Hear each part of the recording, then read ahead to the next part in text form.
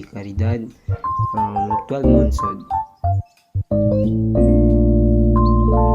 Typical day like to me is I wake up early in the morning and get ready and head to school to learn and have fun. After school, I go home to do my homework, spend time with my family and my friends, then end the day and get ready for tomorrow. Today guys, super excited na nga i-share ka niya yung advocacy nga it's all about proper waste management.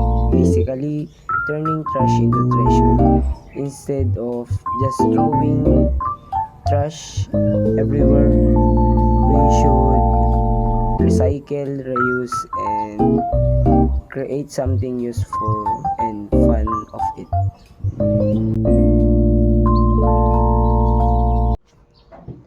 I choose this advocacy because I always see trash everywhere, just like in streets, rivers, and even near schools. And I thought, what if we do something about it? I believe small actions like proper segregation or reusing bottles can make a huge differences, di ba?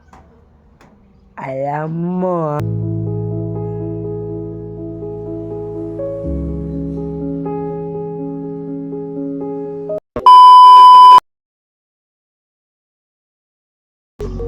This is really close to my heart because I want a cleaner and safe and greener environment, not just for me but for everyone, especially the next generation. And that's why I want you to know about trash formers too. Imagine if agubrate amin, di ba?